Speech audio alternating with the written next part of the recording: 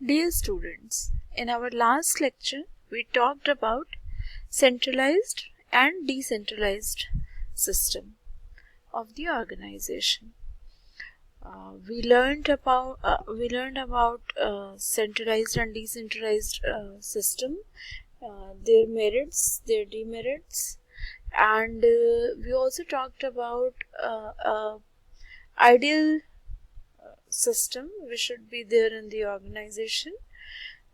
We discussed about many examples of fusion systems which create a balance between centralized and decentralized system, and we talked about many examples like Wikipedia and all.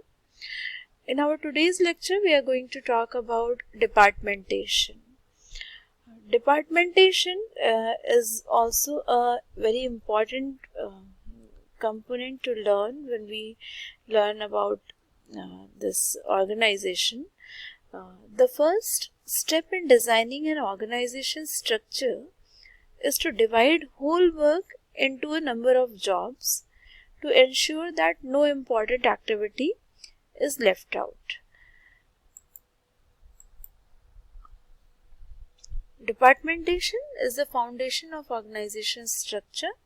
Departmentation means division of work into smaller units and their grouping into bigger units on the basis of similarity of features. It means grouping of the similar kind of activities into one department. Each department is headed by a person known as departmental manager. This particular designation may vary across different organization setup, but the role is that the person who looks after a particular department will be the department head, department manager, something like that sort of. So division of work into departments leads to specialization, as people of one department perform activities related to that department only. It means when we identify the similar kind of activity, when we identify the activities and group together, so that becomes a bunch of activities which require certain skills to to perform the task or to complete the task. So the people who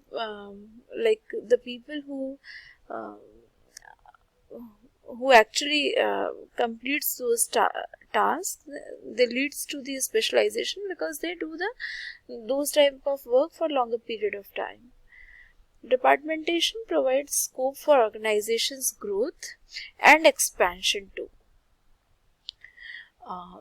Basis of departmentation, if we talk about, there are two broad forms of organization structure. Departmentation, that is functional departmentation and divisional departmentation. We will talk about these two departmentation in detail in our coming few slides. We were talking about, but understanding this departmentation little more, we talked about that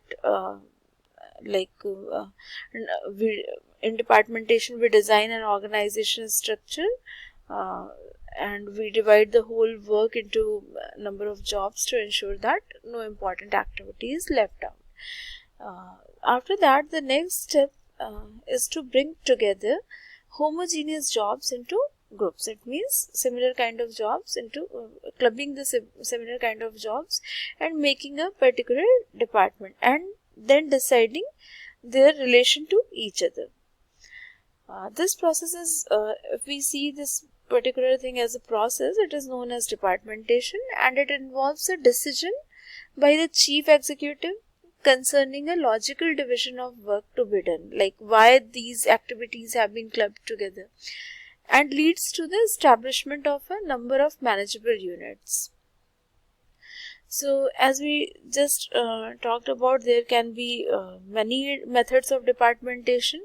Every enterprise chooses the appropriate basis or method depending upon its objective, size, etc. So these are some common common types of departmentation, we can say. One is functional departmentation, and another is the divisional departmentation. But what is the objective of doing this departmentation? It is to manage a large undertaking. It means when the organizations are large, when there are massive activities happening on that time, keeping the activities scattered and handling everything will become difficult. So it is better to club those activities into groups, and then deciding like who all are the people who can work on those particular activities. It means to assign the work only to those who are best suited. It means who are having the required skills to perform those tasks, and to facilitate the carrying out of activities efficiently for achieving overall result. It means like the objectives which the organization has set, like what all activities need to be performed to achieve those overall result is also a basic objective of this departmentation. We talked about two kind of departmentation. One is functional departmentation, another is divisional departmentation. Talking about the functional departmentation, it is grouping of activities on the basis of similarities of functions. The nature of activities performed by different organizations is different. Activities carried by manufacturing concern are production, finance, personnel, and sales. It means first we identify the different kind of activities which is happening in the an organization, and then we club the similar kind of activities on the basis of its function. Say for example, like selling a particular product in the market, and designing a sales plan, or designing some marketing campaigns may be the activities which are similar to each other. So we can club these activities together and we can call this department as sales and marketing department.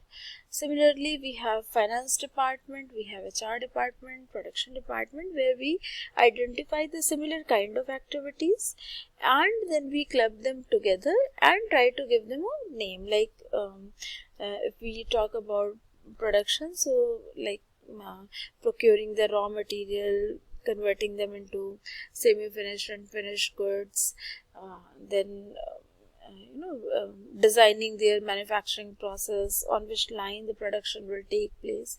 So all these type of things, though these activities are different with each other, but at the same time they are of homogeneous nature.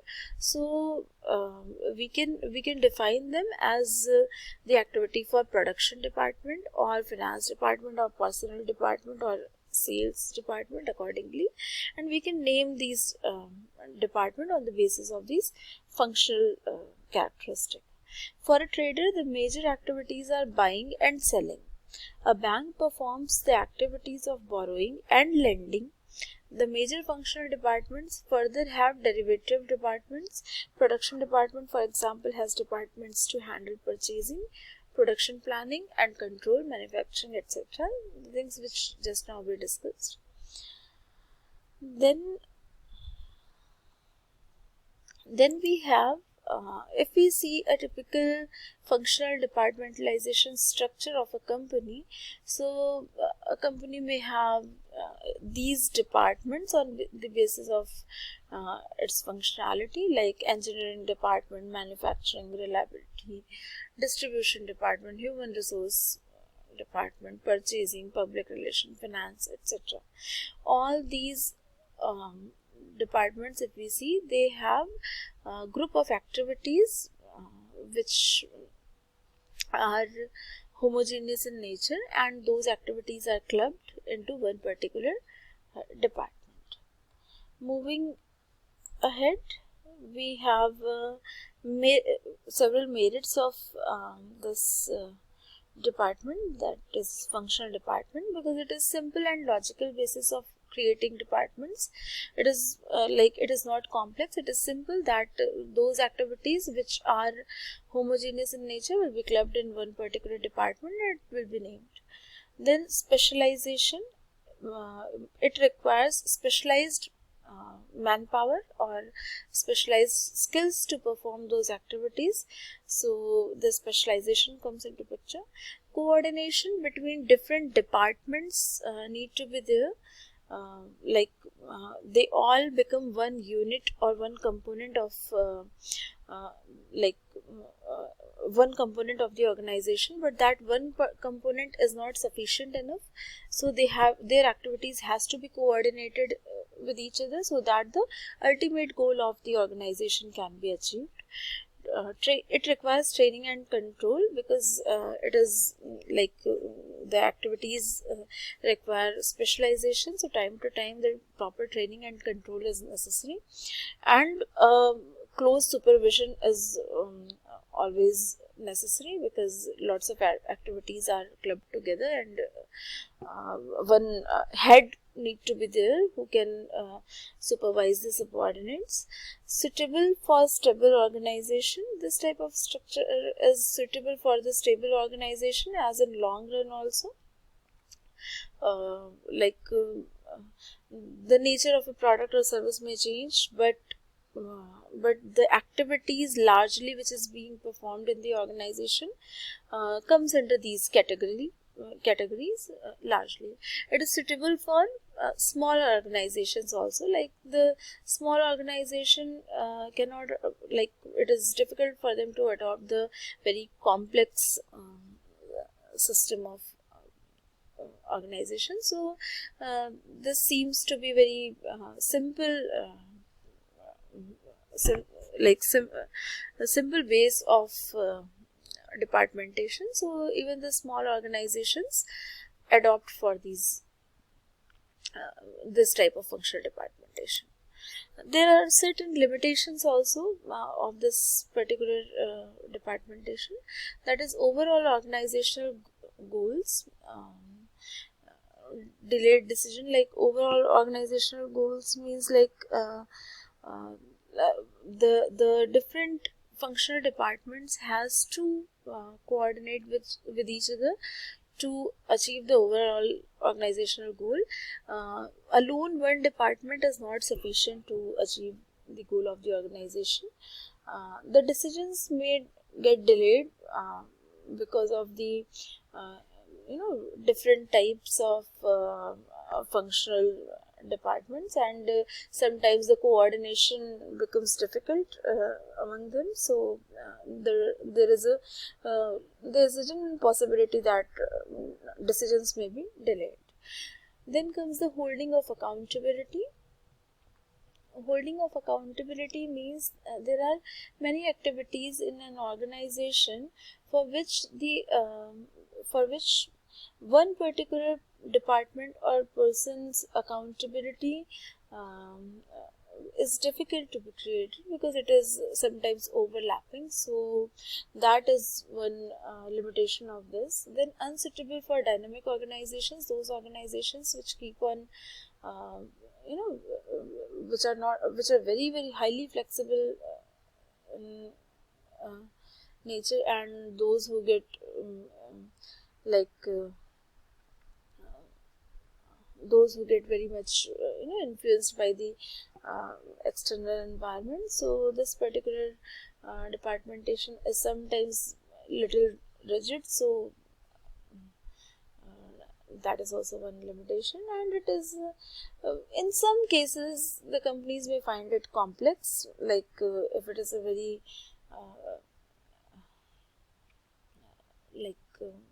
there are activities which are overlapping in different departments, so sometimes the companies may find it little complex in nature. Then comes, in our next class we will talk about the divisional departmentation. In today's class we talked about the functional departmentation, and there are many other types of departmentation